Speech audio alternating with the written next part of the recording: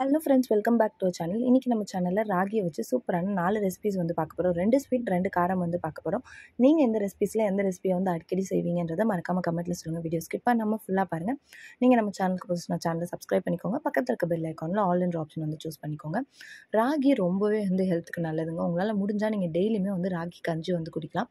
இல்லை என்னால் டெய்லி வந்து குடிக்க முடியாது அப்படின்னா நீங்கள் வந்து வாரத்தில் ஒரு 3லேருந்து 4 தடவை வந்து கண்டிப்பாக ராகியை வந்து எடுத்துக்கோங்க. குழந்தைங்களுக்குமே வந்து லஞ்ச் பாக்ஸில் வந்து ராகி இல்லைனா மார்னிங்கில் கஞ்சி, ஈவினிங்கில் ராகி வந்து எதாவது ஸ்நாக்ஸாக வந்து கொடுத்தீங்கன்னா ஃபில்லிங்காகவும் இருக்கும். ஆரோக்கியமான ரெசிபிஸ் வந்து கொடுத்த ஒரு சாட்டிஸ்ஃபேக்ஷனும் உங்களுக்கு வந்து இருக்கும். ஃபர்ஸ்ட் ரெசிபி என்ன பார்க்க போகிறோம்னா ராகி சப்பாத்தி தான் வந்து பார்க்க போகிறோம். இப்போ நான் சொல்கிற மெஷர்மெண்ட்ஸை யூஸ் பண்ணி நீங்கள் வந்து ராகி பூரி கூட வந்து செஞ்சுக்கலாம். ஃபர்ஸ்ட் 1 கப் வந்து கோதுமை மாவு எடுத்துக்கோங்க. கூடவே வந்து அதே கப்பால் மெஷர் பண்ண ராகி மாவு வந்து எடுத்துக்கோங்க. கொஞ்சமாக வந்து உப்பு சேர்த்து நல்லா வந்து கலந்து விட்டுக்கோங்க. உப்பு எல்லா இடத்துலையும் வந்து ஸ்ப்ரெட் ஆகணும். அப்புறமா கொஞ்சம் கொஞ்சமாக தண்ணி விட்டு நம்ம எப்பயுமே சப்பாத்தி மாவுக்கு பிசைகிற மாதிரி வந்து பிசைஞ்சுக்கோங்க. கூடவே இதில் நான் ஒரே ஒரு ஸ்பூன் வந்து எண்ணெய் மட்டும்தான் வந்து ஆட் பண்ணியிருக்கேன். இந்த மாவு வந்து நல்ல சாஃப்டாக இருக்கும். கண்டிப்பாக நீங்கள் வந்து பிசைஞ்ச உடனே உங்களுக்கு வந்து தெரியும் அது எவ்வளோ சாஃப்டாக இருக்குது அப்படின்னு சொல்லிட்டு.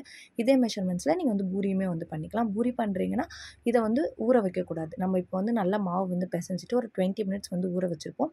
ஆனால் பூரி பண்ண போகிறீங்கன்னா ஒரு 5 மினிட்ஸ் மட்டும் ஊற வச்சுட்டு அதோட நீங்கள் வந்து பூரி வந்து எப்பயும் தேய்க்கிற மாதிரி தேய்ச்சிருங்க. நீங்கள் இப்போ பார்த்தீங்கன்னா தெரியும் மாவு எந்த அளவுக்கு வந்து சாஃப்டாக இருக்குன்னு. நான் எண்ணெய் அப்ளை பண்ணி ஒரு 20 மினிட்ஸ் வந்து இதை வந்து ஊற வச்சிட போகிறேன். இந்த மாவு ரொம்ப சாஃப்டாக இருக்கிறதுனால நீங்கள் தேய்க்கிறப்போ ஒன்று எண்ணெய் வந்து தேய்ச்சிக்கோங்க. இல்லைனா கொஞ்சம் அதிகமாக மாவு போட்டு நீங்கள் வந்து தேய்ச்சிங்கன்னா உங்களுக்கு ஈஸியாக இருக்கும். ஏன்னா ரொம்ப சாஃப்டாக இருக்கிறதுனால தேய்க்கிறதுக்கு கொஞ்சம் கஷ்டமாக இருக்குன்றதுனால நீங்கள் வந்து கொஞ்சம் எக்ஸ்ட்ரா மாவு வந்து யூஸ் பண்ணிக்கோங்க. இல்லைனா எண்ணெய் தேய்ச்சி நீங்கள் வந்து எப்பயும் போல் சப்பாத்தி மாதிரி நீங்கள் வந்து தேய்ச்சிக்கலாம். இதுக்கான ஒரு சின்ன சிம்பிளான சைட் டிஷ் வந்து செய்ய போகிறோம். ஒரு வானல் எடுத்துக்கோங்க. அதில் 1 ஸ்பூன் வந்து எண்ணெய் விட்டுட்டு சோம்பு போட்டு நல்லா வந்து பொரிஞ்சதுக்கப்புறமா பொடியாக நறுக்கின 2 வெங்காயம் வந்து சேர்த்துக்கோங்க. வெங்காயம் நல்லா வதங்கிறதுக்கு இந்த ஸ்டேஜில் நம்ம வந்து உப்பு வந்து சேர்த்துக்க போகிறோம். இது வந்து எனக்கு ரொம்ப பிடிச்ச சைட் டிஷ். நீங்கள் வந்து உருளைக்கிழங்கு மசாலா அது கூட இந்த ராகி கூட நீங்கள் வந்து மேட்ச் பண்ணிக்கலாம். இப்போ இந்த வெங்காயம் வதங்கிட்டு இருக்கப்பவே இப்போ நீங்கள் 2 வெங்காயம் எடுக்கிறீங்கன்னா ஒரே ஒரு தக்காளி போதும். நீங்கள் வந்து நிறைய தக்காளி ஆட் பண்ணணும்னு கிடையாது இந்த ரெசிபிக்கு. ஸோ இந்த வெங்காயம் தக்காளி கொஞ்சம் நேரம் வதங்கிட்டே இருக்கிற நேரத்தில் இந்த குழம்புக்கு தேவையான குழம்பு மிளகாய் தூளும் ஒரே ஒரு ஸ்பூன் கரம் மசாலாவை மட்டும் நான் வந்து ஆட் பண்ணிக்க போகிறேன். நல்லா அது எல்லாமே வந்து கலந்து விட்டதுக்கப்புறம் நான் இப்போ பண்ணுறது எக் மசாலா தான் வந்து பண்ணுறேன். இந்த வெர்ஷனில் நீங்கள் வந்து ஏற்கனவே எக் மசாலா வந்து பண்ணியிருக்கீங்களான்றதை மறக்காமல் கமெண்ட்டில் சொல்லுங்கள். இப்போ நம்ம சொன்ன மாதிரி குழம்பு மிளகாய் தூளும் கொஞ்சமாக வந்து கரம் மசாலாவும் வந்து ஆட் பண்ணியாச்சு. நல்லா அது வதங்கினதுக்கப்புறம் 1 கிளாஸ் ஃபுல் தண்ணி விட்டு நல்லா வந்து அதை கொதிக்க விட போகிறோம். தண்ணி வந்து நிறைய வந்து ஆட் பண்ணாதீங்க. இந்த மாதிரி நல்லா தண்ணி விட்டு அது கொதிச்சதுக்கப்புறமா 2 முட்டை நான் வந்து ஆட் பண்ணிக்க போகிறேன். இப்போ உங்கள் வீட்டில் ஒரு 4 பேர் இருக்காங்கன்னா நீங்கள் வந்து 4 முட்டை கூட வந்து ஆட் பண்ணிக்கலாம். இப்போ இந்த மாதிரி 1 கிளாஸ் வந்து தண்ணி விட்டு நல்லா அந்த தண்ணி கொதிச்சதுக்கப்புறமா நம்ம வந்து முட்டையை வந்து உடச்சி ஊற்றிக்கலாம். ஊற்றிட்டு நம்ம பொடி மாஸ்க்கு எப்படி வந்து கலந்து விடுவோமோ அந்த மாதிரி நம்ம வந்து கலந்து விட போகிறோம். நீங்கள் வந்து அப்படியே முழு முட்டையாக வந்து வேகணும்னு நினச்சாலும் நீங்கள் கொஞ்சம் எட்டக்க வந்து ஊற்றி நீங்கள் வந்து அதை வந்து வேக வச்சுக்கலாம். இப்போ நான் வந்து பொடி மாஸ் மாதிரி வந்து ஓரளவுக்கு செமி கிரேவியாக வந்து பண்ண போகிறேன். ஸோ இப்போ 2 முட்டையை வந்து உடச்சி ஊற்றிட்டு நல்லா வந்து அந்த பொடி மாஸ் மாதிரி நான் வந்து அதை கலரி விட்டுக்க போகிறேன். இந்த உப்பு காரம் எல்லாமே இறங்கி ரொம்பவே சூப்பராக இருக்கும் இந்த கிரேவி. கண்டிப்பாக வந்து இந்த மாதிரி ஒரு தடவை வந்து ட்ரை பண்ணி பாருங்கள். இப்போ நான் சொன்ன மாதிரி முட்டையை வந்து கலந்து விட்டுட்டேன். இதிலே உப்பு காரம் எல்லாமே வந்து சேர்ந்துடும். நீங்கள் முட்டையை உடச்சி ஊற்றுறதுக்கு முன்னாடி கண்டிப்பாக உப்பு காரம் ஒரு தடவை வந்து கரெக்டாக இருக்கான்னு வந்து செக் பண்ணிக்கோங்க. இப்போ நீங்கள் பார்த்தீங்கன்னா அந்த முட்டை வந்து நல்லா வந்து கலந்துருச்சு. இதை வந்து ஒரு 5 நிமிஷம் வந்து மூடி வச்சுருந்தீங்கன்னா நல்லா வந்து வெந்துடும். இப்போ நம்மளோட முட்டை வந்து வெந்துருச்சு. கொஞ்சம் தண்ணியாக இருக்குது பாருங்கள். ஏன்னா சப்பாத்திக்கு தொட்டுக்கிறப்ப ரொம்ப ட்ரையாக இல்லாமல் கொஞ்சம் ஈரம் இருக்கணுன்றதுனால நான் இந்த அளவுக்கு கன்சிஸ்டன்சியில் வந்து எடுத்துக்கிறேன். இப்போ நம்மளோட சப்பாத்தியுமே வந்து போட்டாச்சு. நீங்கள் வந்து இப்போ நான் கொஞ்சமாக எண்ணெய் தடவி தான் நான் இந்த சப்பாத்தி வந்து உருட்டிகிட்ருக்கேன். ஏன்னா ரொம்ப சாஃப்டாக இருக்குன்றதுனால நான் முன்னாடி சொன்ன மாதிரி ஒன்று வந்து எண்ணெய் வந்து விட்டுக்கோங்க. இல்லைனா நீங்கள் வந்து மாவு கொஞ்சம் அதிகமாக விட்டு நீங்கள் வந்து தேய்ச்சிக்கலாம். இப்போ பார்த்தீங்கன்னா நம்ம வந்து சப்பாத்தி ஈஸியாக போடுற மெத்தட் வந்து நம்ம சேனலில் ஏற்கனவே வந்து சொல்லியிருக்கோம். இப்போ நான் ஒரு சின்ன கிளிப்பிங் மட்டும் ஆட் பண்ணுறேன். 2 சப்பாத்தியை வந்து ஒரே டைமில் எப்படி வேக வைக்கிறது அப்படின்றது வந்து காட்டியிருக்கேன். ஸோ அந்த வீடியோ வேணால் நான் வந்து டிஸ்கிரிப்ஷனில் வந்து லிங்க் கொடுக்குறேன். கண்டிப்பாக நீங்கள் அதை வந்து பார்த்துக்கோங்க. இதை நீங்கள் நம்பவே மாட்டீங்க. காலையில் செஞ்சிங்கன்னா ஈவினிங் வரைக்கும் இதே சாஃப்ட்னஸில் வந்து இருக்கும். ஸோ தாராளமாக நீங்கள் இதை வந்து லஞ்ச் பாக்ஸ்க்கு வந்து கட்டி கொடுக்கலாம். கண்டிப்பாக இதை ஒரு தடவை வந்து செஞ்சு கொடுங்க. உங்கள் குழந்தைங்களுக்கு வந்து இதில் ராகி இருக்குன்னு தெரியவே தெரியாது. கலர்ஃபுல்லான ஒரு சப்பாத்தி அப்படின்னு நினச்சி தான் அவங்க வந்து சாப்பிடுவாங்க. கண்டிப்பாக வந்து ட்ரை பண்ணி பார்த்துட்டு எப்படி இருந்துச்சுன்னு சொல்லுங்கள். அதுவும் இந்த முட்டை மசாலா கூட அதை வந்து மேட்ச் பண்ணி எப்படி இருந்துச்சுன்னு சொல்லுங்கள். அடுத்ததாக நம்ம வந்து ராகியை வச்சு ஒரு சூப்பரான ஸ்வீட் தான் வந்து செய்ய போகிறோம். ராகியை எந்த வடிவத்தில் கொடுத்தாலும் உங்கள் குழந்தைங்க வந்து சாப்பிட மாட்டாங்க. அது வந்து வேண்டாம் அப்படின்னு சொல்லி ஒதுக்கிடுறாங்கன்னா இந்த மாதிரி ஒரு ஸ்வீட் ரெசிபி வந்து செஞ்சு கொடுங்க. இதில் ராகி இருக்குன்னு அவங்களுக்கு தெரியவே தெரியாது. ஜெல்லி நினச்சி அவங்க வந்து சாப்பிட்ருவாங்க. வாயில் போட்டோடனே வந்து கரைஞ்சிடும். இப்போ நீங்கள் பார்த்தீங்கன்னாலே தெரியும் எவ்வளோ சூப்பர் சாஃப்டாக இருக்குது அப்படின்னு சொல்லிட்டு. இதுக்கு நம்ம யூஸ் பண்ண போகிறது முழு ராகி தான். 1 கப் வந்து ராகி எடுத்துக்கோங்க. அது ஒரு 6 மணி நேரம் நல்லா ஒரு 4-5 தடவை வாஷ் பண்ணதுக்கப்புறமா ஒரு நல்ல தண்ணியில் வந்து ஊற வச்சுக்கோங்க. ஒரு 6 மணி நேரம் கண்டிப்பாக நல்லா வந்து ஊறணும். ஊறினதுக்கப்புறமா தண்ணி எல்லாமே வடிகட்டிட்டு ஒரு மிக்சர் ஜாரில் கொடுத்து நல்லா வந்து அரைச்சிக்கோங்க. கொஞ்சமாக தண்ணி விட்டு அரைச்சா போதும். நிறைய வந்து தண்ணி விடாதீங்க. இந்த மாதிரி கொஞ்சமாக வந்து தண்ணி விட்டு நல்லா ஃபைன் பேஸ்ட்டாக வந்து அரைச்சிக்கோங்க. தேங்காயில் எப்படி நம்ம வந்து முதல் பால் 2வது பால்னு எடுக்க போகிறோமோ அந்த மாதிரி ஃபர்ஸ்ட் டைம் வந்து கொஞ்சமாக தண்ணி விட்டு அரைச்சதை நான் வந்து ஃபஸ்ட்டு பாலாக வந்து எடுத்துக்கிறேன். ரொம்பவே வந்து திக்காக இருக்கும்.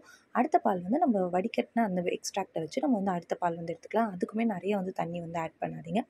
இந்த மாதிரி ஒரு காட்டன் கிளாத்தில் தான் இதை வந்து வடிகட்டணும். நீங்கள் வந்து இரும்பு வடிகட்டி வச்சு வடிகட்டினீங்கன்னா ஒரு சில டைம் வந்து அந்த ராகியோட அந்த மேல் தோல் இருக்குது இல்லைங்களா, அதுவுமே வந்து வரதுக்கு சான்சஸ் இருக்குது. அதனால் இந்த மாதிரி ஒரு துணி வந்து காட்டன் துணி நல்லா வந்து வாஷ் பண்ணிவிட்டு அதில் வந்து எக்ஸ்ட்ராக்டை வந்து எடுங்க. இப்போ நம்ம அந்த மாதிரி 2 பாலையுமே வந்து எடுத்தாச்சு. இப்போ நம்ம ஒரு வானல் வந்து வச்சுக்க போகிறோம். வானலை கொஞ்சம் வந்து சூடு பண்ணிக்கோங்க. சூடு பண்ணதுக்கப்புறமா இந்த பாலை வந்து ஊற்றிட்டு மீடியம் ஃப்ளேமுக்கு வந்து மாற்றி வச்சுக்கோங்க. ஹை ஃப்ளேமில் இருக்கவே கூடாது. நீங்கள் வந்து ராகியோட பால் வந்து ஆட் பண்ணதுக்கப்புறமா இந்த மாதிரி வந்து மீடியம் ஃப்ளேமில் இந்த பாலை ஊற்றினதுக்கப்புறம் கொஞ்சம் சிரமம் பார்க்காம ஒரு 5லேருந்து 7 நிமிஷம் வந்து கண்டினியூவாக வந்து கிளறி விட்டுகிட்டே இருங்க. எதுக்காகனா அது வந்து கெட்டி தட்டிடுச்சுன்னா ரொம்ப வந்து கெட்டி ஆகிடும். நமக்கு வந்து ஜெல்லி மாதிரி அதை வந்து மாற்ற முடியாது. ஸோ அதனால் ஒரு சிரமம் பார்க்காம ஒரு 5லேருந்து 7 நிமிஷம் இந்த மாதிரி வந்து கிளறி விட்டுக்கிட்டே இருங்க. இப்போ நீங்கள் பார்த்தீங்கனாலே தெரியும் அது வந்து கெட்டியாக ஆரம்பிக்குது அப்படின்னு சொல்லிட்டு. நம்ம இதில் எந்த நெய் வேறு எதுவுமே வந்து ஆட் பண்ணலாம். ஆனால் ஒரு 7 நிமிஷத்துக்கு கழித்து பார்த்தீங்கன்னா உங்களுக்கு அது ஒரு சூப்பரான ஜெல்லி மாதிரி வந்து வெந்திருக்கும். கலருமே வந்து சேஞ்ச் வந்து ஆகியே இருக்காது. இந்த ஒயிட் கலர்லேயே ஒரு டிரான்ஸ்பரண்ட் ஜெல்லியாக வந்து ஆகியிருக்கும். நான் ஏற்கனவே சொன்ன மாதிரி கண்டிப்பாக மீடியம் ஃப்ளேமில் தான் இருக்கணும். ஹை ஃப்ளேமில் நீங்கள் வந்து வைக்கவே கூடாது. ஸோ இந்த மாதிரி கண்டினியூவாக வந்து பண்ணிக்கிட்டே இருங்க. இப்போ நீங்கள் பார்த்தீங்கன்னா தெரியும் ஆரம்பத்தில் கொஞ்சம் வந்து திக்காச்சு. இப்போ நல்லா வந்து திக்காயிருக்கு. இன்னும் கொஞ்சம் நேரம் நீங்கள் வந்து கிளறிட்டே இருந்தீங்கன்னா அது சூப்பராக வந்து ஒரு சுருண்டு ஒரு ஜெல்லி மாதிரி பார்க்குறப்பவே வந்து தெரியும். இப்போ இந்த திக்னஸை விட அடுத்த ஸ்டேஜ் வந்து அது இன்னுமே வந்து நல்லா டிரான்ஸ்பரண்ட்டாக வந்து ஆகியிருக்கும். பால் வந்து நல்லா வெள்ளையாக இருந்துச்சு இல்லைங்களா, இது வெந்ததுக்கப்புறமா அது ஒரு டிரான்ஸ்பரண்ட்டாக, அதாவது கொஞ்சம் ஒரு கிளாஸ் மாதிரி ஒரு ஸ்டேஜ் வந்து உங்களுக்கு வரும். நீங்கள் இப்போ பார்த்தீங்கன்னா தெரியும் இப்போ எந்த அளவுக்கு வந்து வெந்திருக்கு அப்படின்னு சொல்லிட்டு. நீங்கள் வந்து பாலை வந்து எந்த கிளாஸ்லையோ இல்லை எந்த கப்பில் வந்து அளக்குறீங்களோ அதே கப்பில் 3/4 கப் வந்து வெல்லம் வந்து எடுத்து வச்சுக்கோங்க. இது நல்லா வெந்ததுக்கப்புறமா நம்ம வந்து வெல்லம் வந்து ஆட் பண்ணிக்க போகிறோம். இந்த ஸ்டேஜில் கொஞ்சமாக வந்து ஏலக்காய் வந்து சேர்த்துக்கலாம். நான் இப்போ சொன்ன மாதிரி ஒரு கிளாஸ் மாதிரி ஆயிடுச்சு பாருங்கள். கீழே எங்கேயுமே வந்து ஒட்டவே இல்லை. நம்ம எதுவுமே அதில் எக்ஸ்ட்ரா ஆட் பண்ணவே இல்லை. ஸோ இப்போ இது இந்த ஸ்டேஜ்க்கு வந்ததுக்கப்புறம் நான் சொன்ன மாதிரி 1 கப்புக்கு 3/4 கப் வந்து வெல்லம் ஆட் பண்ணிக்கோங்க. இந்த வெல்லத்தில் வந்து கல் எப்பயுமே இருக்காது. அதனால நான் தைரியமாக அப்படியே வந்து ஆட் பண்ணுறேன். உங்களோட வெல்லத்தில் வந்து கல் இருக்கும்னு நினச்சிங்கன்னா நீங்கள் வந்து பாகு எடுத்துக்கோங்க. பாகு எடுத்துகிட்டு ஒரு தடவை வந்து வடிகட்டிட்டு அதுக்கப்புறமா ஆட் பண்ணுங்கள். பாகுனா எந்த பதமும் கிடையாது. ஜஸ்ட் அந்த தண்ணியில் அந்த வெல்லம் வந்து கரைஞ்சதுக்கப்புறமா ஒரு தடவை வடிகட்டிட்டு நீங்கள் இதில் வந்து ஆட் பண்ணிக்கலாம். இப்போ உங்களுக்கு வந்து ஒரு டவுட் வரும், இந்த வெல்லமும் இந்த ராகியும் வந்து வெந்துருச்சா, எப்படி குழந்தைங்களுக்கு தைரியமாக கொடுக்குறது அப்படின்னு சொல்லிட்டு. இதுக்கு ஒரு ஈஸியான மெத்தடில் நீங்கள் இதை வந்து டெஸ்ட் பண்ணிக்கலாம். ஒரு பவுலில் வந்து தண்ணி எடுத்துக்கோங்க. இப்போ இந்த மாதிரி வெல்லம் நல்லா கரைஞ்சதுக்கப்புறமா இதுலேருந்து கொஞ்சமாக எடுத்து அந்த தண்ணியில் வந்து போட்டிங்கன்னா அந்த தண்ணியில் நம்ம போட்ட இந்த ராகி மிக்சர் வந்து ஒட்டவே கூடாது. அழகாக ஒரு பால் மாதிரி வந்து உங்களுக்கு வந்து சுருண்டு வரும். அந்த மாதிரி வந்துருச்சுன்னா உங்கள் ராகி வந்து பர்ஃபெக்டாக வந்து வெந்திருக்குன்னு அர்த்தம். அதுதான் நம்மளுடைய வெந்ததை வந்து செக் பண்ணுறதுக்கான பதம். நான் இப்போ அதை செக் பண்ணியுமே உங்களுக்கு வந்து காட்டுறேன். அந்த மாதிரி உங்களோட ராகி எங்கேயாச்சும் அந்த தண்ணியிலையோ இல்லை அந்த கிண்ணத்துலையோ வந்து ஒட்டுதுன்னா இன்னும் வந்து வேகலை, இன்னும் ஒரு 2-3 நிமிஷம் வந்து வேக வைக்கணும் அப்படின்னு அர்த்தம். ஒரு 2-3 தடவை நீங்கள் வந்து செக் பண்ணிக்கோங்க. இப்போ நான் வந்து செக் பண்ணி உங்களுக்கு வந்து காட்டுறேன். ஒரு சின்ன பவுலில் வந்து தண்ணி எடுத்துக்கோங்க. இந்த மாதிரி நம்மளோட வெந்த ராகியை வந்து ஆட் பண்ணிங்கன்னா இப்போ பாருங்கள் அது எங்கேயுமே வந்து ஒட்டல. அழகாக ஒரு பால் மாதிரி வந்து வருது பாருங்கள். இந்த மாதிரி வந்துருச்சுன்னா உங்களுடைய ராகி வந்து ரெடி ஆயிடுச்சு அப்படின்னு அர்த்தம். ஸோ இந்த மாதிரி டெஸ்ட் பண்ணதுக்கப்புறமா நீங்கள் வந்து ஸ்டவ் ஆஃப் பண்ணிடலாம். நீங்கள் இதை ஒரு கிண்ணத்தில் இல்லைன்னா ஒரு தட்டில் நல்லா வந்து நெய் வந்து அப்ளை பண்ணிவிட்டு இதை நம்ம வந்து ட்ரான்ஸ்ஃபர் பண்ணிக்க போகிறோம். ஏன்னா ஜெல்லி மாதிரி கட் பண்ணணும் இல்லைங்களா. மேக்ஸிமம் ஒரு கிண்ணம் இருந்தால் ரொம்பவே நல்லது. அப்போ தான் ஜெல்லி மாதிரி உங்களுக்கு வந்து ஹைட் வந்து வரும். இல்லை இப்போ நம்ம ஒரு நெய் தடவைனா ஒரு கிண்ணத்தில் இதை வந்து மாற்றிக்கலாம். இது ஆறுறதுக்கு மினிமம் ஒரு 30 மினிட்ஸ் ஆகும். ஏன்னா ராகி வந்து நல்லா வந்து சூடை வந்து தாங்கி வச்சுருக்கோம். ஒரு 30 மினிட்ஸ் ஒன்றுமே பண்ணாமல் அப்படியே வந்து வச்சுருங்க. 30 மினிட்ஸ் கழித்து நீங்கள் அந்த கப்பை வந்து கவுத்திங்கன்னா இந்த மாதிரி வந்து சூப்பராக வந்து வந்துடும். வந்ததுக்கப்புறம் நீங்கள் இதை வந்து கட் பண்ணி உங்கள் குழந்தைங்க கிட்ட கொடுத்தீங்கன்னா ஜெல்லின்னு நினச்சி அவங்க வந்து சாப்பிட்டுடுவாங்க. நீங்கள் இதை பார்த்தீங்கனாலே தெரியும் எந்த அளவுக்கு வந்து சாஃப்ட்டாக இருக்குன்னு சொல்லிட்டு. இப்போ பாருங்கள் அது கட் பண்ணுறப்பே உங்களுக்கு வந்து ஒரு சூப்பர் ஃபீலிங் இருக்கும். உங்கள் குழந்தைங்க கிட்ட இருந்தால் நீங்கள் அவங்களே வந்து கட் பண்ண சொல்லுங்கள். இன்னுமே வந்து எக்ஸைட்டட் ஆகிடுவாங்க. அதை சாப்பிட்றதுக்கு அவங்க அவ்வளோ வந்து ஜாலியாக இருப்பாங்க. ஸோ கண்டிப்பாக இந்த மாதிரி வந்து ட்ரை பண்ணி பாருங்கள். இதை நீங்கள் ஏற்கனவே செஞ்சு சாப்பிட்ருக்கீங்களான்றதை மறக்காமல் வந்து கமெண்ட்டு சொல்லுங்கள். ஸோ இப்போ நம்ம நெய் தடவி இருந்ததுனால அது ஈஸியாக வந்து வந்துருச்சு. ஸோ கண்டிப்பாக இந்த மாதிரி மெத்தடில் வந்து ட்ரை பண்ணி பாருங்கள். ஈவினிங் வந்து குழந்தைங்க வந்து ஸ்நாக்ஸ் கேட்குறாங்க, அது ஸ்வீட் கேட்குறாங்கன்னா இந்த மாதிரி காலையில் நீங்கள் வந்து ஊற வச்சுட்டு அவங்க வரப்போ இது ரெடியாக வந்து செஞ்சு கொடுத்தீங்கன்னா சூப்பராக வந்து சாப்பிட்ருவாங்க. உங்களுக்குமே அவங்களுக்கு ராகியே தெரியாமல் கொடுத்த சந்தோஷம் வந்து இருக்கும். கண்டிப்பாக ட்ரை பண்ணி பார்த்துட்டு எப்படி இருந்துச்சுன்னு வந்து சொல்லுங்கள். அடுத்த ரெசிபியை வந்து ஒரு காரம் தான் வந்து செய்ய போகிறோம். ஸோ இதுக்குமே நம்ம வந்து எடுத்துக்க போகிறது ராகி தான். ராகி மாவு வந்து எடுத்துக்கோங்க. என்ன ரெசிபின்றதை வந்து பார்க்கலாம். உங்கள் குழந்தைங்க முருங்கைக்கீரையுமே வந்து சாப்பிட மாட்றாங்கன்னா, கண்டிப்பாக ஒரு கைப்பிடி நிறையா வந்து முருங்கைக்கீரை, ஒரு கிண்ணம் நிறையா வந்து முருங்கைக்கீரை எடுத்துக்கோங்க. கூடவே வந்து பொடி பொடியாக நறுக்கின வெங்காயம், ஊறுகாய் மிளகாய் எடுத்துக்கோங்க. இதுக்கு ஊறுகாய் மிளகாய் தான் ஹைலைட்டடாக வந்து இருக்க போகுது. ஸோ 1 கப் வந்து ராகி மாவு எடுத்துக்கோங்க. அதுக்கு வந்து ஈக்குவலாக இல்லைனா அதை விட அதிகமாக கூட நீங்கள் வந்து முருங்கைக்கீரை வந்து சேர்த்துக்கலாம். முருங்கைக்கீரையிலையும் இரும்பு சத்து ரொம்பவே அதிகமாக இருக்குது, ராகிலையும் இரும்பு சத்து அதிகமாக இருக்குன்றதுனால இது ரெண்டுத்தையுமே நீங்கள் வந்து ஈக்குவலாகவும் சேர்த்துக்கலாம், அதிகமாகவும் வந்து சேர்த்துக்கலாம். எந்த பிரச்சனையுமே கிடையாது. இதில் இதுதான் ஒரு காமன் ரேஷியோனும் கிடையாது. இதில் வந்து ஊறுகாய் மிளகாய் சேர்த்திங்கன்னா இன்னுமே வந்து டேஸ்ட் நிறையா சூப்பராக வந்து இருக்கும். காஞ்ச மிளகாய் சேர்த்தா கூட அது வந்து கீழே தூக்கி போட்டுருவாங்க. ஆனால் ஊறுகாய் மிளகான்றதுனால அதையுமே சேர்த்து வந்து சாப்பிட்டுடலாம். கொஞ்சமாக வந்து சோம்பு சேர்த்துக்கோங்க. உப்பு கொஞ்சம் குறைச்சி வந்து சேருங்க. ஏன்னா ஊறுகாய் மிளகாயிலே உப்பு அதிகமாக இருக்குன்றதுனால உப்பு கொஞ்சமாக வந்து குறைச்சி வந்து சேர்த்துக்கப்புறம் ஸோ இப்போ நம்ம பொடி பொடியாக நறுக்கின வெங்காயமும் வந்து சேர்த்துக்கலாம். உங்களுக்கு ஊறுகாய் மிளகாய் பிடிக்காதுன்னா பச்சை மிளகா இல்லைன்னா காஞ்ச மிளகா எதை வேணால் நீங்கள் வந்து ஆட் பண்ணிக்கலாம். கூடவே நான் சொன்ன மாதிரி எவ்வளோ முருங்கைக்கீரை வேணால் நீங்கள் வந்து நல்லா அலசிட்டு இதில் வந்து ஆட் பண்ணிக்கோங்க. ஆட் பண்ணி கொஞ்சம் கொஞ்சமாக தண்ணி தெளித்து நீங்கள் இதை வந்து நல்லா வந்து ஒரு மாவு மாதிரி வந்து பிசைஞ்சு எடுத்துக்கோங்க. நம்ம எப்படி வந்து ராகி சப்பாத்திக்கு வந்து பிசைஞ்சு எடுத்தோமோ அந்த மாதிரி ஃபஸ்ட் உப்பை வந்து கிளறி விட்டுடணும். இந்த ரெசிபின்னு கிடையாது, எந்த ரெசிபியில் நீங்கள் இந்த மாதிரி மாவில் வந்து உப்பு ஆட் பண்ணுறீங்களோ ஃபர்ஸ்ட் அந்த உப்பு எல்லா இடத்துலையுமே வந்து கலக்கிற மாதிரி நீங்கள் வந்து நல்லா வந்து பிசைஞ்சு விட்டுட்டு அதுக்கப்புறமா தான் உங்களோட தண்ணியை நீங்கள் வந்து ஆட் பண்ணணும். தண்ணி இல்லை பால் எதை வந்து ஆட் பண்ணுறீங்களோ அதை நீங்கள் ஆட் பண்ணால் தான் உங்களுக்கு வந்து அந்த உப்பு வந்து அங்கங்கே இல்லாமல் எல்லா இடத்துலையும் கரெக்டாக ஈவனாக வந்து கலந்துருக்கும். ஸோ இந்த மாதிரி உப்பு வந்து கலந்ததுக்கப்புறமா கொஞ்சம் கொஞ்சமாக நீங்கள் வந்து தண்ணி ஆட் பண்ணுங்கள். ரொம்ப அதிகமாக வந்து தண்ணி ஆக்கிட்டிங்கன்னா தோசை மாவு மாதிரி வந்து ஆகிடும். அந்த மாதிரி வந்து ஆகவே கூடாது. கொஞ்சம் கொஞ்சமாக தெளித்து நீங்கள் இந்த மாவை வந்து பிசையணும். பிசைஞ்சிட்டு நல்லா வந்து உருண்டைகளாக சாஃப்டான உருண்டையாக இருக்கணும். ரொம்ப வந்து கெட்டியாக வந்து இருக்கவும் கூடாது. அதையுமே வந்து ஞாபகத்தில் வந்து வச்சுக்கணும். சப்பாத்தி மாவை விட ஒரு ஸ்டேஜ் வந்து அதிகமாக தண்ணி இருக்கிற மாதிரி ஊற்றி நீங்கள் வந்து நல்லா வந்து உருண்டைகளாக இதை வந்து பிரித்து வச்சுக்கோங்க. தண்ணி தெளிக்க தான் செய்யணும், ஒரேடியாக வந்து ஊற்றிடாதீங்க. இப்போ நம்ம 1 கப் வந்து மாவு எடுத்துருக்கிறதுனால மினிமம் ஒரு 3/4 கப் வந்து தண்ணி ஆட் பண்ணுற மாதிரி இருக்கும். ஸோ அந்த ரேஷியோவில் நீங்கள் வந்து கொஞ்சம் கொஞ்சமாக தெளித்து வந்து ஆட் பண்ணிங்கன்னா கரெக்டான பதத்துக்கு உங்கள் மாவு வந்து ரெடி ஆகிடும். இப்போ நீங்கள் பார்த்தீங்கன்னா தெரியும் எந்த அளவுக்கு வந்து சாஃப்டாகவும் இருக்குது அப்படின்னு சொல்லிட்டு. இதை எத்தனை பங்குகளாக வந்து பிரிக்க முடியுமோ அத்தனை பங்காக வந்து பிரிச்சுக்கோங்க. பிரித்து வச்சதுக்கப்புறமா ஒன்று வாழை இலை வந்து எடுத்துக்கோங்க, இல்லைன்னா வந்து ஒரு காட்டன் துணியை நல்லா ஈரத்தில் வந்து நனைச்சி வச்சுக்கோங்க. நனைச்சி வச்சுட்டு இதை வந்து நல்லா அடை மாதிரி வந்து தட்டிக்க போகிறோம். தட்டிட்டு நல்லா சூடாக இருக்க தோசைக்கல்லில் நம்ம தட்டி வச்சுருக்க இந்த அடையை வந்து சேர்த்துக்க போகிறோம். நீங்கள் டேரெக்டாக அப்படியே கூட தோசைக்கல்லில் வந்து சேர்க்கலாம். உங்களுக்கு தோசைக்கல்லில் டேரெக்டாக அந்த மாதிரி தட்டுறதுக்கு பயமாக இருந்தால் நான் சொன்ன மாதிரி ஒன்று வாழை இலையில தட்டிட்டு அதை நீங்கள் வந்து அப்படியே தோசைக்கல்லில் வந்து ட்ரான்ஸ்ஃபர் பண்ணிக்கலாம். இல்லைனா நான் சொன்ன மாதிரி ஒரு காட்டன் கிளாத்தை நல்லா வந்து நனைச்சிட்டு புழிஞ்சுக்கோங்க. புழிஞ்சிட்டு நீங்கள் வந்து தோசைக்கல்லில் வந்து தட்டிக்கலாம். தட்டிட்டு 2 பக்கமும் நல்லா வேக வச்சு வந்து எடுத்துக்கோங்க. நல்லெண்ணெய் ஊற்றுனீங்கன்னா இன்னுமே வந்து டேஸ்ட்டாக இருக்கும். ஸோ 2 பக்கம் நல்லா திருப்பி போட்டு 2 பக்கமும் வந்து குக் ஆகிறதுக்கு வந்து டைம் கொடுங்க. உங்களுக்கு வந்து அது குக் ஆகாது அப்படின்னு ஒரு டவுட் இருந்துச்சுன்னா நடுவில் ஒரு 2-3 ஓட்டை கூட நீங்கள் வந்து போட்டுக்கலாம். அப்படி பண்ணுறப்ப ஹீட் எல்லா இடத்துலையுமே வந்து பரவி சீக்கிரமாக வந்து குக் ஆகிடும். மீடியம் ஃப்ளேமில் தான் இருக்கணும், அதை வந்து மறந்துடாதீங்க. இப்போ நான் உங்களுக்கு அந்த துணியில் எப்படி வந்து தட்டலாம் அப்படின்றதையுமே உங்களுக்கு வந்து காட்டுறேன்.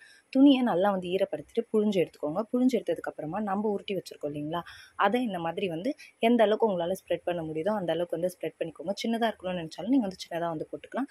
சைஸ் உங்களோட விருப்பம் தான். இல்லை நீங்கள் வந்து துணி வந்து யூஸ் பண்ணுறதுக்கு விருப்பம் இல்லைன்னா நீங்கள் வந்து வாழை இலை கூட யூஸ் பண்ணிக்கலாம். வாழை இலை யூஸ் பண்ணுறப்ப கொஞ்சமாக வந்து எண்ணெய் அப்ளை பண்ணிவிட்டு இந்த மாதிரி வந்து தேய்ச்சிட்டிங்கன்னா உங்களுக்கு வந்து சூப்பராக வந்து வந்துடும். ஸோ கண்டிப்பாக இந்த 2 மெத்தடுமே வந்து ட்ரை பண்ணி பாருங்கள். எந்த மெத்தட் உங்களுக்கு வந்து ஈஸியாக இருக்குது, இல்லை எந்த மெத்தட் நீங்கள் ஆல்ரெடி வந்து ஃபாலோ பண்ணிட்டு இருக்கீங்கன்றதுமே வந்து சொல்லுங்கள். இந்த மாதிரி தட்டிட்டு நல்லா சூடான தோசைக்கல்லில் நீங்கள் அப்படியே வந்து போட்டுட்டு அந்த துணியை எடுத்திங்கன்னா ஈரத்தில் அந்த துணி வந்து ஈஸியாக வந்து எடுத்துகிட்டு வந்துடும். இப்போ இந்த அடைக்கு ஒரு சிம்பிளான சைட் டிஷ் வந்து செய்யலாம். இது வந்து எதுவுமே இல்லாமல் கூட வந்து சாப்பிடலாம். ஆனால் வந்து ரொம்ப ரொம்ப சிம்பிளான ஒரு சைட் டிஷ் என்னென்னு பார்த்தீங்கன்னா மிளகாய் பொடி தாங்க. உங்ககிட்ட காரக்குழம்பு இருந்தால் கூட நீங்கள் இதுக்கு வந்து தொட்டுக்கலாம். அதுவுமே வந்து சூப்பராக இருக்கும். இதை விட வந்து மல்லாட்டு சட்னி தொட்டுக்கிட்டிங்கன்னா அதுவுமே நல்லாயிருக்கும். ஆனால் இதில் எல்லாத்த விட அல்டிமேட் வந்து மிளகாய் தூள் தாங்க. ஒன்றுமே இல்லை, 2 ஸ்பூன் வந்து குழம்பு மிளகாய் தூள் தான் எடுக்கணும். தனி மிளகாய் தூள் வந்து எடுக்கவே கூடாது. அதுக்கு தேவையான கொஞ்சமாக வந்து உப்பு வந்து ஆட் பண்ணிக்கோங்க. அடுத்ததாக தட்டின வெள்ளை பூண்டு வந்து சேர்த்துக்கோங்க. தோலோடு இருந்தாலும் ரொம்பவே டேஸ்ட்டாக தான் இருக்கும். நல்லெண்ணெய் தான் ஊற்றணும், சாதா எண்ணெய் ஊற்றாதீங்க. ஏன்னா இது எல்லாமே அப்படியே பச்சையாக நம்ம வந்து சாப்பிட போகிறதுனால நீங்கள் நல்லெண்ணெய் ஊற்றிக்கிட்டிங்கன்னா தான் அது வந்து ரொம்பவே வந்து பேலன்ஸ்டாக இருக்கும். ஸோ நல்லெண்ணெய் ஊற்றி நல்லா கலந்துட்டு இந்த அடை கூட வந்து சாப்பிட்டிங்கன்னா அவ்வளோ சூப்பராக இருக்குங்க. கண்டிப்பாக இந்த மாதிரி வந்து ட்ரை பண்ணுங்கள். குழம்பு மிளகாய் தூள் தான் எடுக்கணும். நீங்கள் வந்து தனி மிளகாய் தூள் வந்து எடுக்கக்கூடாது. நல்லெண்ணெய் தான் வந்து சேர்த்துக்கணும். சாதா எண்ணெய் வேறு எதுவுமே வந்து சேர்க்காதீங்க. ஏன்னா காரத்தை தணிக்கிறதுக்கு நல்லெண்ணெய் தான் வந்து கரெக்டாக இருக்கும். ஸோ இந்த மெத்தடில் நீங்கள் இந்த 2 காம்போவையும் வந்து ட்ரை பண்ணி பாருங்கள். இப்போ இந்த 3 ரெசிபியில் எது உங்களோட ஃபேவரட் ரெசிபின்றதையுமே மறக்காமல் கமெண்ட்டில் வந்து சொல்லிவிடுங்க. இப்போ நம்ம அடுத்து பார்க்க போகிறது ஒரு ஸ்வீட் ரெசிபி தான். குழந்தைங்க என்னதான் காரம் செஞ்சு கொடுத்து சாப்பிட்லனாலும் ஸ்வீட்டாக செஞ்சு கொடுத்தோன்னா கண்டிப்பாக வந்து சாப்பிட்ருவாங்க. ஸோ அந்த ஸ்வீட் ரெசிபியோட பேர் வந்து சிமிலி தாங்க. சிமிலி எப்படி செய்கிறதுன்றதை ஈஸியாக வந்து பார்த்துடலாம்.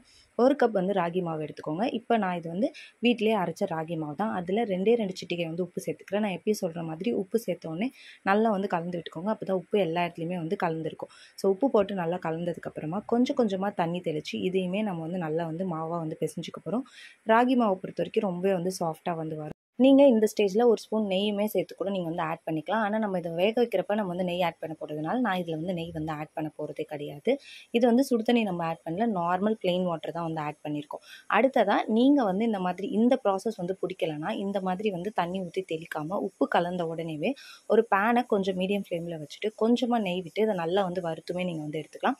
ஆனால் அதை விட இது கொஞ்சம் ஈஸியாக இருக்குன்றதுனால நான் இந்த மெத்தட் வந்து உங்களுக்கு வந்து சொல்கிறேன். ஸோ இப்போ நம்ம மாவு வந்து நல்லா பிசைஞ்சாச்சு, பார்த்தீங்கனாலே தெரியும் எந்த அளவுக்கு வந்து சாஃப்டாக இருக்குது அப்படின்னு சொல்லிட்டு. இதை நீங்கள் எத்தனை உருண்டைகளாக வந்து பிரிக்க முடியுமோ அத்தனை உருண்டைகளாக வந்து பிரிச்சுக்கோங்க. சப்பாத்தி மாவை விட கொஞ்சம் பெருசாக இருந்துச்சுன்னா தான் நம்ம வந்து சீக்கிரமாக வந்து போட்டு முடிக்க முடியும். இப்போ நான் எடுத்த 1 கப் வந்து 3 உருண்டைகளாக நம்ம வந்து பிரிச்சிருக்கோம். ஸோ இந்த மாதிரி 3 உருண்டைகளாக பிரித்ததுக்கப்புறமா இதை ஒரு தோசைக்கல்ல, நல்ல சூடான தோசைக்கல்ல மீடியம் ஃப்ளேமுக்கு மாற்றிட்டு நம்ம இந்த மாதிரி தட்டிக்க போகிறோம். ஏற்கனவே நான் சொன்ன மாதிரி நீங்கள் வந்து வாழை இலையிலையும் தட்டிக்கலாம், இல்லைனா வந்து துணிலையும் வந்து தட்டிட்டு நீங்கள் வந்து போட்டுக்கலாம். அதான் இந்த மாதிரி கல்லில் போடுறதுக்கு கொஞ்சம் பயமாக இருக்குன்னா இந்த மாதிரி வந்து பண்ணிக்கோங்க. இப்போ நம்ம நெய் விட்டு இந்த 2 பக்கமுமே வந்து 5 நிமிஷம் திருப்பி போட்டு நல்லா வந்து வேக வச்சுக்க போகிறோம். நான் ஏற்கனவே சொன்ன மாதிரி உங்களுக்கு வேகிறதுக்கு டவுட்டாக இருந்துச்சுன்னா நடுவில் ஓட்டை கூட வந்து போட்டுக்கலாம். இந்த மாதிரி 2 பக்கமும் திருப்பி விட்டு நல்லா வேக வச்சுக்கோங்க. வேக வச்சதுக்கப்புறமா இது ஆறுனதுக்கப்புறம் நல்லா பொடி பொடியாக வந்து இந்த மாதிரி உதிர்த்து வந்து வச்சுக்கோங்க. இப்போ ஒரு மிக்சர் ஜாரை வந்து எடுத்துக்கலாம். அதில் நான் சொல்கிற ரேஷியோவில் எல்லாத்தையுமே வந்து ஆட் பண்ணிக்கோங்க. இப்போ நான் எடுத்துருக்கிறது வறுத்த மல்லாட்டை பயிறு, வறுத்த எள்ளு தான் வந்து எடுத்திருக்கேன். 1 கப் வந்து மல்லாட்டை பயிர், 1 கப் வந்து எள்ளு வந்து ஆட் பண்ணிக்கோங்க. இப்போ நம்ம எல்லாமே 1 கப் தான் வந்து எடுத்துருக்கோம். 1 கப் ராகி மாவு எடுத்துட்டனால அதுக்கு ஈக்குவலாக எல்லாமே எடுத்துருக்கோம். இந்த எள்ளையும் மல்லாட்டையும் வந்து பொடி பண்ணதுக்கப்புறமா கூடவே வந்து 3/4 கப் வந்து வெல்லம் சேர்த்து அதையுமே வந்து பவுட்ரு பண்ணிக்கோங்க. நம்ம வேக வச்ச ராகியுமே இந்த மாதிரி வந்து பவுட்ரு பண்ணிக்கலாம். நீங்கள் இதை மல்லாட்டை வெல்லம் கூட போட்டிங்கன்னா இந்த ராகி கரெக்டாக வந்து பவுட்ராக வந்து ஆகாது. அதனால் 2மே தனித்தனியாக தான் நீங்கள் வந்து பண்ணணும். ஸோ இப்போ இது 2த்தையுமே வந்து ஒன்றா கலந்துக்கலாம். கலந்துட்டு அழகாக வந்து நீங்கள் வந்து உருண்டைகளாக வந்து பிடிக்கலாம். ஏன்னா ஈரப்பதம் வந்து அந்த மல்லாட்டையிலையும் வெல்லத்துலையும் இருக்கிறதுனால நீங்கள் எதுவுமே வந்து எக்ஸ்ட்ரா ஆட் பண்ணுன்றது வந்து கிடையவே கிடையாது. உங்களுக்கு வந்து ஒரு வேளை பிடிக்க வரலை அப்படின்ற பட்சத்தில் மட்டும் லைட்டாக காய்ச்சின நெய்யை வந்து விட்டு நீங்கள் வந்து உருண்டைகளாக வந்து பிடிச்சிக்கோங்க. இந்த மாதிரி உருண்டைகளை டெய்லியுமே ஒன்று வந்து சாப்பிட்டுட்டு வந்தால் உங்கள் உடம்புக்கு வந்து ரொம்பவே ஹெல்த்தி. கண்டிப்பாக இந்த மாதிரி வந்து ட்ரை பண்ணி பாருங்கள். இது வந்து ஸ்நாக்ஸ் பாக்ஸ் கூட நீங்கள் வந்து பேக் பண்ணலாம். ஸோ இந்த வீடியோ உங்களுக்கு யூஸ்ஃபுல்லாக இருந்திருக்கும்னு நினைக்கிறேன். தேங்க்யூ.